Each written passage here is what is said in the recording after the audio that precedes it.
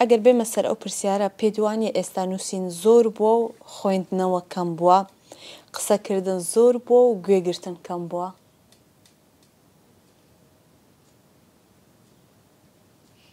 بەخوا ئەگە بتوانم ڕاشکاونە قسە لەسەر بکە قسە لەسەر مۆزوع بکەم ئەو هەبیر ئاوی زۆر دەبێ. یەک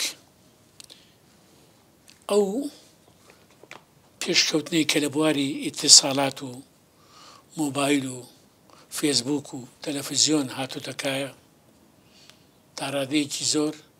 خەڵکانی دابڕێ لە خوێندنەوە. بەداخەوە خەڵکانی ئێمەش بە بەرنامەنا.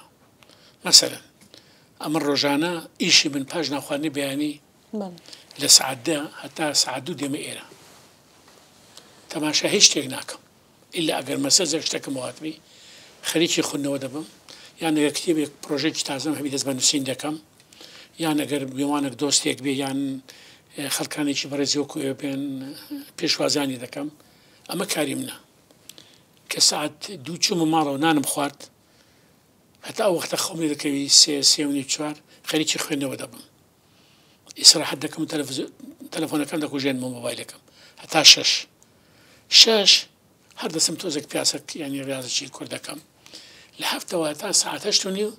جێم لە ئەخبار ڕادەگرم. جارێکیکە دەست بە خوێندنەوە دەکەم ساعتێک ساعت و نیوەکی دیکە. ئەگەر مسلسلەیەکی باش یان فلیمێکی باشە بی تەماشای دەکەم هەتا وەختی ساعت 12 ساعت 12 دیسان دەستمە ژورنووسەرم عادەتەکەم هەیە بە درێژبوونەوە دەخوێنمەوە تێبەلامپەکە پێ دەکەم تا ئەو وەختە خەومێ دەکەوی. مەبەستم چیە ئینسان کە لە ژیان بەرنامەی نەبوو تووشی وەکو عەرەبی پێدەن تەخەبوت یعنی تێکەڵی ئەوەک دەبی سەری دەشێوە نازانی چ بکانی. خەڵکی من بەداخەوە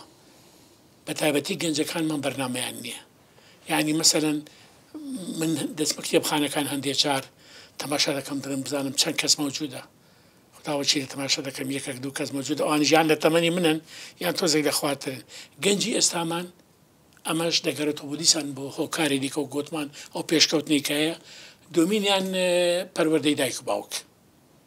پەروەردەی دایک و باوکە تا زۆر من داکەم بەڕەحمەت بی کە تەڵەبەی ئیبتیدایی و متەوەسطەوانە بووین خوێندەوار نەبوو دایکم.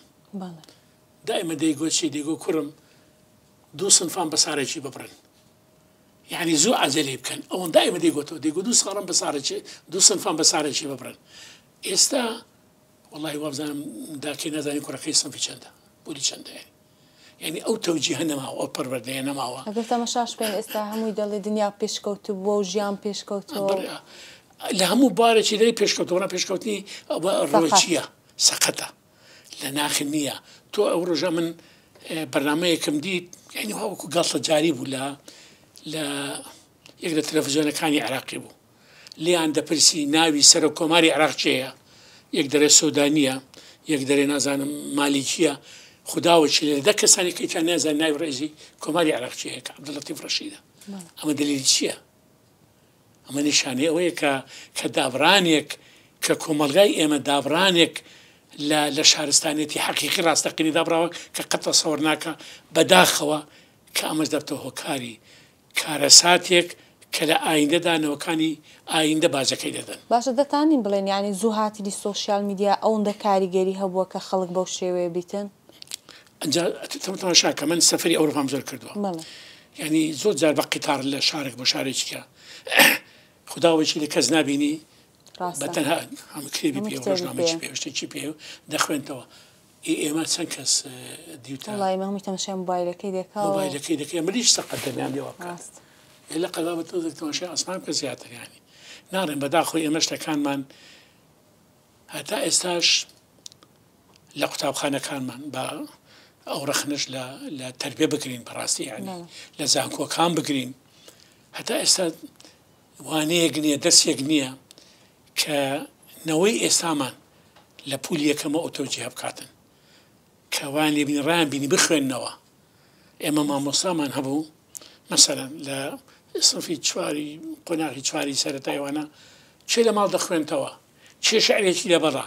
چێ پێیان دەگوتین بەسە من دەمگوت ڵام فش دەیگو دەوەرە بەرامبەر ئەو تەڵەبانە بەرە بیخوێنەوە ئەجا سەپڕێکی بۆ لێ بدەن ئەمە تەشجیعێک بوو ئێستا ئەمە نەماوە شتێکی کەشێ مامۆستا ئەگەر تەماشا بکەین ئێستا لە مەکتەبەکان کتێبخانەی گچکە هەیە باشە بەس دەرکەکەی قفل دەکەن نەهێڵن تەڵەبە بچی دانیشتن نازانم ئەعنی ئیدی لە بۆ چە هەیە ناڕێم یانی شتەکانی مامووی سەقەتن ئەمە زۆر جار مەسەلەن ئەگەر دەرسێکی شاغیرمان هەبووە مامۆستایەکە دەیبردن لە کتێبخانەی دایدەنان دەیگۆڕە خۆتانێکی کتابەکی بخوێنەوە اینجا حتا لە سانەویش ئێمە لە سەمفی چاروان مامۆستایەکمان هەبوو مامۆستا مەجید سێگرەکانی خەڵکی کۆیە بوو بەس مامۆستایەکی هەتا بێ بە ئیمکانیەت و زیرەکەوە بوو والله ڕۆژە گوتی چێ دەبی ئینشایەکی عەرەبی بە قسە نەک بە نووسین مادەی عەرەبیمان هەبوو ئێمە سنفەکەمان ئەدەبی بووین 36 قوتابی بووین ڕۆژی دوایی هات گوتی چییە کتێبێکم بۆ ئینشایەکم بۆ دەرێ بە عەرەبی تەرجمەیەک کەسێک نەبوو من تەنها دەستم برم کرد وتی وەرە وتی چه ئینشایەکەت گوتم ڕۆمانێکی ئەرنستە منگوایە وداعا للسلاح کە گوتم السلاح گوتی فەرهاتووشە مەشاکلمان مەکە سلاحێکی گوتم مامۆستا ڕۆمانێکی کۆنە ئەوە نییە گوتی بیرە بە عەرەبی قسەم کرد ئێستاش لە بیرما بزانە مامۆستای عاقڵ و ڕێک و پێک و زیرەک ئەوەر ئێرەی گرتم وتی تەماشاکەنەوە 36 تەڵەبەنە تەنها یەکتان خوداوەکی لە فەرهادیش لە مستوای تەڵەبەکی ئەعدادی مەرکەزی بەغدایە یعنی ئەوە تەشجیعێک بوو بۆ من زیاتر بخوێنمەوە تەڵەبەکانی کەشی تەشجیع کرد کە مامۆستایەک مەدحی من بکە کە دەرەجەی کاملم لە ئینشا عەرەبی بداتێ ئەوانیش تەشجیع دەبن ئەوانیش ئەوە دەبن بەڕام بەداخەوە ئێستا ئەمە نییە یعنی هەتا پەروەردەشمان گۆڕاوە ئێمە